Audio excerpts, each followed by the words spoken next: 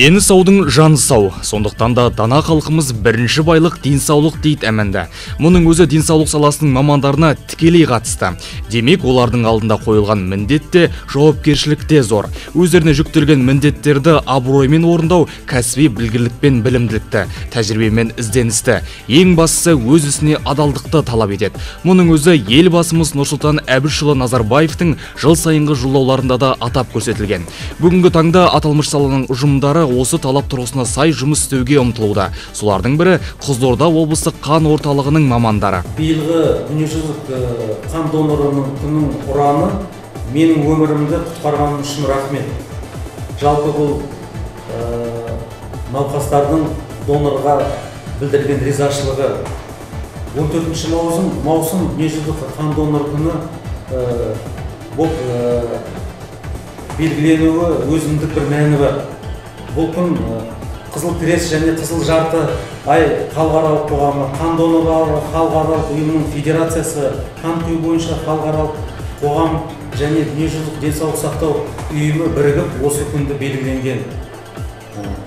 Бұл күн белгілі Австрия дәрігері Карл Ланштейнердің туған күніне арналып отыр. Өйткені бұл ғалым 1868 жылы адамдардың қан тобын анықтаған. Донор латын тілінен аударғанда доноры сыйлау деген мағынаны білдіреді. Осы күннің мақсаты қауіпсіз донорлықты насихаттау және ерікті түрде өздерінің қандарын тапсырып жүрген донорларға жаңағы халықтың ілтипатын білдіру, ризашылығын айту. Осы күн әдейі соған арналған. Сала қызметкерлері үшін әр жылдың 14 маусымы дүниежүзілік қан доноры күні болып табылады. Биылғы жыл менің өмірімді құтқарғаныңыз үшін рахмет деген ұранмен өтуде. Осы күнге байланысты мұнда мерекелік іс-шара өткізіліп, ұзақ жылдар бойы 40 және одан да көп рет қан мен 70 және одан да көп мөлшерде қан сарысуын, яғни плазма тапсырғандарға Қазақстан Республикасы денсаулық сақтау және әлеуметтік даму министрлігінің денсаулық сақтау ісіне қосқан үлесі үшін атты төс белгісі тапсырылып, мекеме басшысы Еркебай Ілиясұлы Аяпов осы мерейлі күнде өз еркімен қан тапсырған барлық донорларға алғыс айтты. Донорлықты насихаттау жұмыс ұйымдастырылған түрде өткізілуде. Соның арқасында жылдан жылға осындай ерікті ақысыз донорлардың саны көбеюде. Бұл саланың өзіндік ерекшелігі бар. Ең бастысы, мұнда бүкіл технологиялық талаптар қатаң сақталып, жұмыс процестері өндірістік ережеге сай жүргізілуі тиіс. Өйткені бүгінгі заман ағымы өте күрделі. Әртүрлі технологияның, ғылым жетістіктерінің дамуында өте қарқынды жүру үстінде. Сонымен бірге күнделікті өмірде техногендік апаттар, жол-көлік оқиғаларда жиі болып тұратыны тағы бар. Бұл бір. Екіншіден, медицина саласында да күрделі операциялар болып жатады. Мұндай жағдайда көпшілігіміз көбіне ескере науқас адамға аса қажетті кәдімгі қанның рөлі өте зор. Өйткені осы айтылған жайиттердің көбінде ірі мөлшерде қан жоғалту, оның орнын жедел түрде толтыру мәселесі тұрады. Сол кезде осы жұмыстармен тікелей айналысатын ұйым облыстық қан орталығының ұжымына жүгінеміз. Біздің облыстық қан орталығында донорлар жинақтау бөлімшесінен басталады барлық жұмыстар. Бүгінгі таңда біз өзіміз жоспарлы түрде жұмыс істейміз. Бір жыл көлемінде біздің донорлар жоспарлау бөлімшесінде 8000 донорлар өтеді бізде. Өйткені тек қана Қызылорда қаласы емес, оның ішінде Қызылорда облысының аудандары да бізден осы донорлардың қан компоненттерін алады. Енді біздің донорлар жинақтау бөлімшесінің жұмысына тоқтала кететін болсақ, burada біз енді көп назар аударатынымыз донордың қан қауіпсіздігі жайлы. 2014-тің 13 қазаннан бастап бізде үлкен жоба келді. Ол жаңағы инфодонор деген. Өте қолайлы, өте оңай, өте мысалға донорларға келгенде бізге келетін донорлар дені сау кісілер, сондықтан олардың уақытын алмауы үшін осындай жоба ендіріліп, ол қазір барлық облыста жұмыс істеп жатыр. Бұл жарты ғасырға жуық уақыт бойы жұмыс істеп, мол тәжірибе жинақтаған. Бүгінде республика бойынша қан орталықтарының арасында алдыңғы орындардың бірін иемденіп келе жатқан озат ұйым болып саналады. Осындай табысқа жетуде инфекцияларды диагностикалау зертханасының қызметкерлері белсене атсалысып отыр. Бұл зертханада донор қанның үлгілері екі кезеңде скринингте өткізіледі. Донор қанның үлгілеріне бірінші кезеңде иммунохимиолюминесценттік талдау жүргізіледі. ол арқылы донор қан үлгілерінің қан құрамындағы антиденелер талданады. Ол 4 жұқпаға қарсы 4 жұқпаларды анықтайды. АКТК және гепатиттің Б түрі, гепатиттің С түрі және мерезге зерттейміз. Бірінші кезеңнен иммунокиммуниценттік анализ жасалады. Ол анализден жасалған теріс нәтижелері шыққан донор қан үлгілері полимераздық тізбектік реакцияға екінші кезеңде өткізіледі. Қан дайындау бөлімшесі қан орталығындағы ең үлкен жауапты құрылымдық бөлімшенің бірі болып есептеледі. Өйткені адам өміріне аса қажетті сұйық, сапалы қан осы жерде дайындалады. Қан дайындау бөлімшесі қан орталығының ең үлкен бөлімшелерінің біріне жатады. Бұл бөлімшеде 24 қызметкер жұмыс атқарады. Бөлімше негізінен қан алу залынан, плазмафорез залынан және де қан компоненттерін өндіру кабинетінен тұрады. Қан алу залында бір реттік гемокондарды пайдалана отырып қан алу жүзеге асырылады. Ал плазмафорез залында америкалық аппараттар арқылы плазма алу және афереза тромбоцит алу жүзеге асырылады. Бөлімше негізінен заманауи қазіргі заманға сай технологиялармен жабдықталған. Атап айтар болсақ, сол америкалық плазма және тромбоцит алу аппараттарымен және осы алынған тромбоцит пен плазмаларды вирус инактивациялайтын аппараттармен жабдықталған және де плазмаларды 3 жылға дейін сақтай алатын үлкен мұздатқыш теледор камерасымен жабдықталған. Бөлімшеде бірнеше қан өнімдерін өндіру жүзеге асырылады. Атап айтар болсақ, бір жылда 2000 литрге жуық плазма, 1500 литрге жуық эритроцит құрамды орта және 500 дозадай тромбоцит алу жүзеге асырылады. Бұлардың бәрі емдеу алдын алу ұйымдарының сұраныстарын толығымен атқарып отыр. Адам өмірінде аса қажетті қан дайындау басқаларға қарағанда ерекше ұқыптылықты, білім мен біліктілікті қажет ететін ерекше сала десек асыра айтқандық бола қоймас. Сондықтан қан орталығы заманауи үлгідегі медициналық жабдықтармен қамтылған. Себебі науқасқа құйылатын қан өнімдері сапалы және қауіпсіз болуға тиіс. Облыстық қан орталығының орта буын медицина қызметкерлері осы емдеу алдын алу ұйымдарында емделіп жатқан науқастарға еңбегі өте зор деп айта аламын. Орта буын медицина қызметкерлері біздің осы дайындап жатқан қан және оның компоненттерінің сапасына өте аса мән береді. Және осы орталықта жұмыс істеп жатқан орта буын медицина қызметкерлерінің 90% жоғары дәрежеде санатта жұмыс жасайды. Және біз осы дайындап жатқан өнімдеріміздің сапасын, қауіпсіздігін арттыру мақсатында жылда білімдерін жетілдіріп отырамыз. Және әртүрлі тақырыпта семинар сабақтар жүргізіліп отырады. Және мейірбикелер арасында мейірбикелер кеңесі жүргізіліп отырады.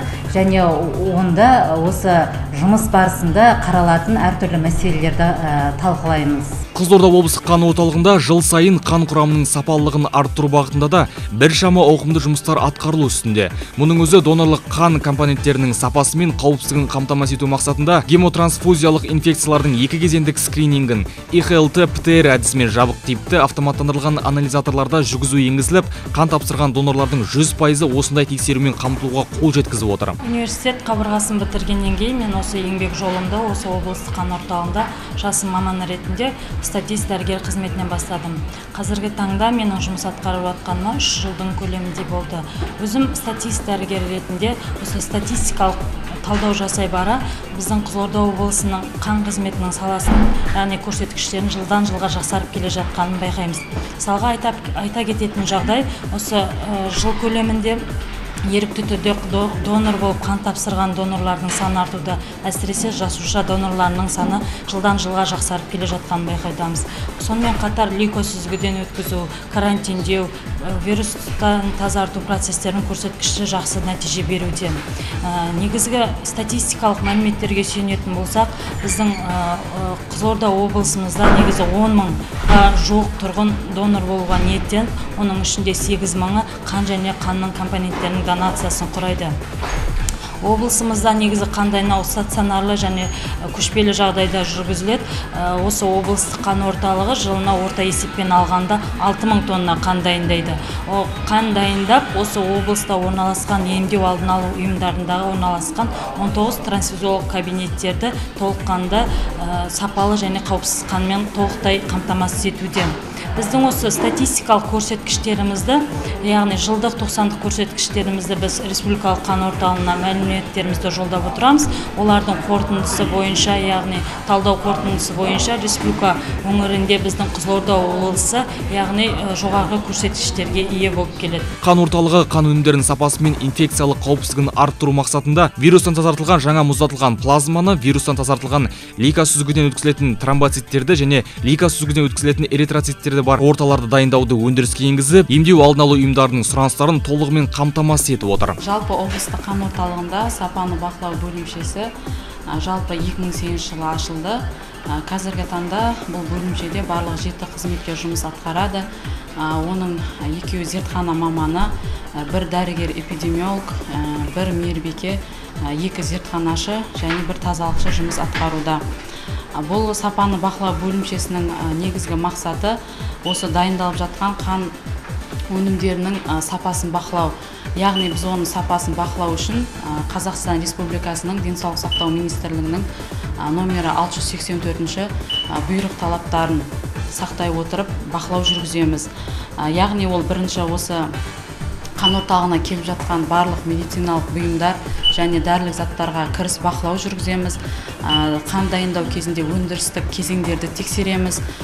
Және сонымен қатар дайын өнімнің стерильділігін, қан дайындау бөлмесінің ауасының микробтық контаминациясын, сонымен қатар осы дайындалып жатқан қан компоненттерінің стандартқа сәйкес еместігін тексеріп отырамыз.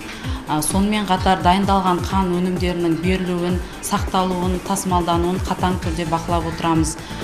Осы бұйрық стандарттарына сәйкес, сонымен қатар біз осы дайындалған қан компоненттеріне зертханалық талдау жүргіземіз.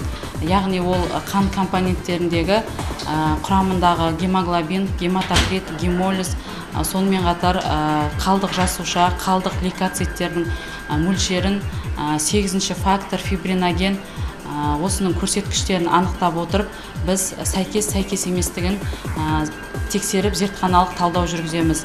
Міне, Қызылорда облыстық қан орталығының директоры, Семей медицина институтының түлегі, жоғары санатты дәрігер, тәжірибелі басшы Еркебай Ілиясұлы Аяпов басқаратын ұжым мүшелері өздерінің төл мерекелеріне осындай өзіндік табыстармен келіп отыр. Ал алдағы атқарылар асулар жайлы мекеме басшысы өз ойын былай қорытындылады. Елімізде трансплантология саласы дамып келе жатыр. Осы бағытта да біздің қан орталығының атқарып жатқан жұмыстарымыз бар. Тұрғындар арасында осы донорлықты насихаттау жүргізіп, донорлардан қан үлгілерін алып, гемопоэздіктің жасушаларын донор болуына солардың қан үлгілерін жіберіп, сондай Астана, Алматы қаласына жіберіп, сол зерттеулер жүргізіп жатырмыз. Оған қоса қазір бір адамнан бір адамға ағзаларды операция жасап ағзаларды ауыстырып жатыр. Сол донорларға қандарына зерттеу жүргіземіз. Сол донор реципиенттерге де қандарының үлгілерін алып, HLA фенотипін анықтау үшін Алматы, Астана қаласындағы зертханаларға жіберіп, сондай осы трансплантология саласына жаңағыдай жасап жатқан біз қан орталығының осындай қызметі бар. Егерде қан орталығының мамандарына көшетін болсақ, қан орталығында білікті, тәжірибелі мамандар қызмет атқарып жатыр. Арасында да осындай жас мамандарымыз бар. Сол білікті мамандарымыз сол жас мамандармен өздерінің білімдерімен, тәжірибелерімен бөлісіп, үйретіп жатыр. Денсаулық сақтау және әлеуметтік даму министрлігінің бас трансфузиологы Бүркітбаев Жандос консулын ұйымдастырумен біздің қан орталығының 4 маманы Америка құрама штатының Калифорния, Вашингтон, Оклахома штаттарына барып, білімдерін жетілдіріп, сол жақтағы қан қызметінің жұмыстарымен танысып, соны қазіргі таңда осы біздің қан орталығының жұмысына сол өздерінің үйренгендерін енгізіп жатыр. Айтатын болсақ, қазір біздің бір мейірбекеміз Испанияда, Барселона қаласында дәріс алып жатыр. Осындай білім жетілдіру арқасында біздің мамандарымыз өндіріп жатқан өнімдерінің сапасы және қауіпсіздігі жылдан жылға дамып өсіп келе жатыр. Сөзімнің соңында барлық донорларға, жүрек жылуымен бөлісіп жүрген барлық донорға ризашылығымызды білдіріп, осындай науқастарға денсаулық сыйлап, өмірлерін сақтап қалуына өздерін үлестерін қосып жүрген барлық донорларға үлкен алғысымызды білдіреміз. Денсаулық тілейміз. Баянды бақыт, еңбектеріңізге табыс айтқымыз келеді.